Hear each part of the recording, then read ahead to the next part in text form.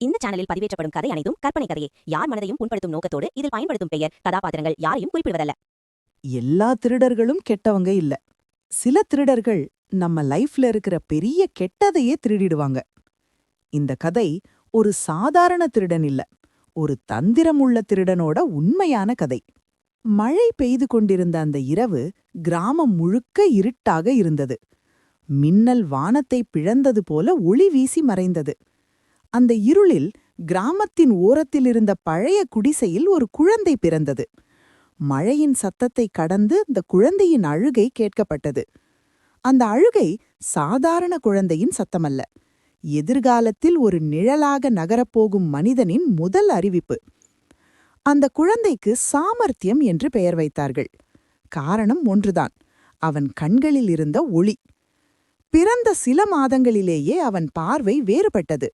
சுற்றியதை கவனமாக பார்க்கும், அமைதியாக கேட்கும், சிறு சத்தத்தையும் மனதில் பதிக்கும் தன்மை இருந்தது.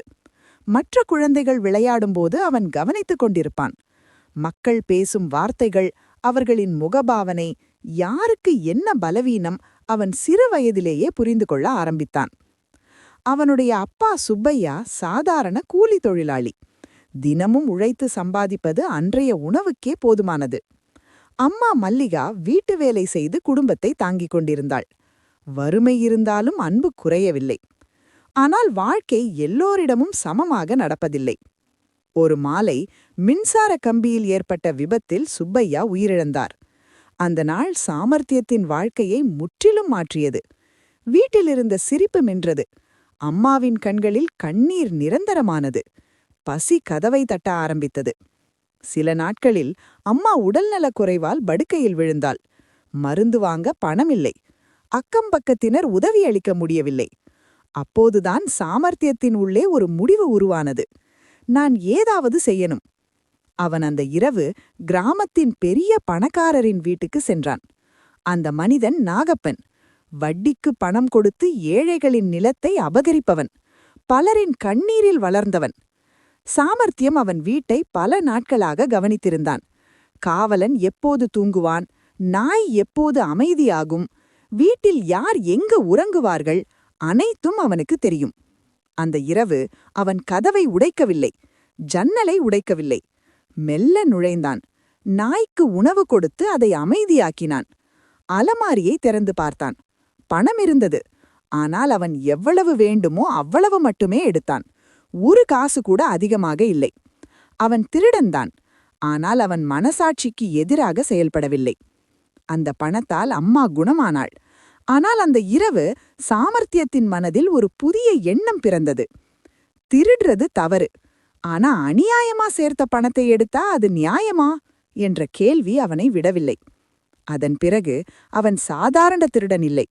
அவன் குறி வைத்தவர்கள் எல்லாம் அநியாயம் செய்பவர்கள். வட்டிக்காரர்கள், ஊழல் அதிகாரிகள், ஏழைகளை ஏமாற்றும் வணிகர்கள். அவன் பணத்தை எடுத்ததோடு நின்றுவிடவில்லை. அவர்களின் ரகசிய ஆவணங்களையும் சேகரித்தான். சில சமயம் நேரடியாக திருடாமல் ஆதாரங்களை வெளியே விட்டான். பலர் கைது செய்யப்பட்டார்கள். பலரின் முகமுடி கிழிந்தது. கிராமத்தில் ஒரு பேச்சு பரவியது. ஒரு நிழல் நம்மை காப்பாத்துது. யாருக்கும் அவன் முகம் தெரியாது. ஆனால் அநியாயம் செய்தவர்கள் மட்டும் இரவில் தூங்க முடியாமல் போனார்கள். சில ஆண்டுகள் கழித்து சாமர்த்தியம் நகரம் சென்றான். நகரம் பெரிய மேடை.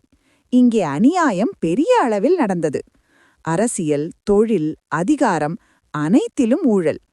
அவன் நகர வாழ்க்கையை கவனித்தான். இங்கே வெறும் சாமர்த்தியம் போதாது, பெரிய தந்திரம் வேண்டும். அவன் கருப்பையா என்ற அனுபவம் வாய்ந்த திருடனை சந்தித்தான். கருப்பையா கற்றுக் கொடுத்த பாடம் ஒன்று: பூட்ட உடைக்கிறது குழந்தை வேலை, மனிதன் மனச திறக்க வைத்தாதான் நீ பெரியவன்.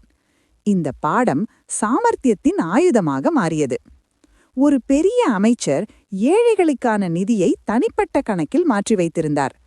பாதுகாப்பு கடுமையாக இருந்தது. கேமராக்கள், பாதுகாப்பு காவலர்கள், ரகசிய அறைகள். சாமர்த்தியம் நேரடியாக செல்லவில்லை. முதலில் அமைச்சரின் உதவியாளரை அணுகினான். அவனுடைய பலவீனம் பணமல்ல, பெருமை. அவன் பெருமையை தூண்டி அவனிடமிருந்து தகவல் எடுத்தான். கைரேகை மாதிரி கூட அவனுக்கு கிடைத்தது. ஒரு இரவு பாதுகாப்பு அமைப்புகளை தாண்டி ரகசிய அறைக்குள் நுழைந்தான். பணத்தை எடுத்ததில்லை, அதைவிட முக்கியமான ஆவணங்களை எடுத்தான். மறுநாள் செய்திகளில் அமைச்சர் கைது செய்யப்பட்டார். ஊழல் வெளிச்சத்துக்கு வந்தது. மக்கள் அதிர்ச்சி அடைந்தார்கள். ஆனால் யாருக்கும் நிழலின் பெயர் தெரியவில்லை. இது போலீஸை சிந்திக்க வைத்தது. இன்ஸ்பெக்டர் அருண் மட்டும் உணர்ந்தார், இவன் சாதாரண திருடனில்லை. பல தடயங்களை ஆய்வு செய்தார். ஆனால் ஒவ்வொரு தடயமும் பாதியில் முடிந்தது. ஒரு நாள் இரவில் அருண் நேரடியாக சாமர்த்தியத்தை சந்தித்தார். பிடிக்க முயலவில்லை, பேசினார். நீ சட்டத்துக்கு எதிராக இருக்கலாம், ஆனா நீதிக்கு எதிராக இல்லை என்றார். அந்த வார்த்தைகள் சாமர்த்தியத்தின் மனதில் ஒலித்தது. இருவரும் ஒரு மறைமுக ஒப்பந்தம் செய்தார்கள். அதிகாரப்பூர்வமாக அல்ல, ஆனால் ஒரு புரிதல்.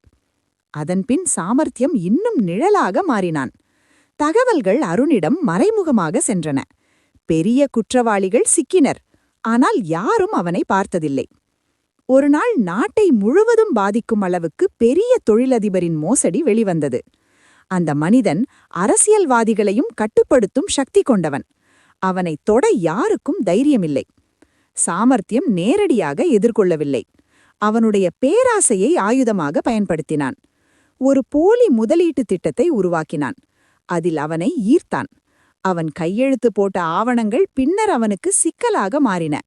சட்டப்படி அனைத்தும் நிரூபிக்கப்பட்டது. அவன் சாம்ராஜ்யம் சரிந்தது. அந்த சம்பவத்துக்குப் பிறகு சாமர்த்தியம் திடீரென்று காணாமல் போனான். எந்த தடயமும் இல்லை. அம்மாவுக்கு மட்டும் ஒரு கடிதம் வந்தது. அம்மா, நான் செய்தது திருட்டுதான், ஆனா என் மனசாட்சிக்கு எதிரா இல்ல. நான் நிழலா இருந்தேன். ஒரு நாள் இந்த நிழல் மறையும், ஆனா நியாயம் மட்டும் வாழும். அதன் பிறகு பல வருடங்கள் கடந்தன. அநியாயம் நடந்த இடங்களில் திடீரென்று ஆதாரங்கள் வெளிவரும். ஊழல் அதிகாரிகள் சிக்குவார்கள். மக்கள் மீண்டும் அதே கேள்வி கேட்பார்கள். இவன் யார்? யாருக்கும் பதிலில்லை. சிலர் சொல்வார்கள், அவன் வெளிநாடு போயிருப்பான். சிலர் சொல்வார்கள், அவன் இறந்து போனான். ஆனால் சிலர் மட்டும் நம்புவார்கள், நியாயம் தேவைப்படும் வரை அவன் நிழலாக எங்காவது இருக்கிறான். திருடன் என்ற பெயர் அவனுக்கு இருந்தது. ஆனால் அவன் திருடியது பணம் மட்டுமில்லை. அவன் திருடியது பேராசை, அநியாயம் மற்றும் பயம். அவன் பெயர் காலத்தோடு மறைந்தாலும் அவன் செய்த செயல்கள் ஒரு கதையாகி வாழ்ந்தது.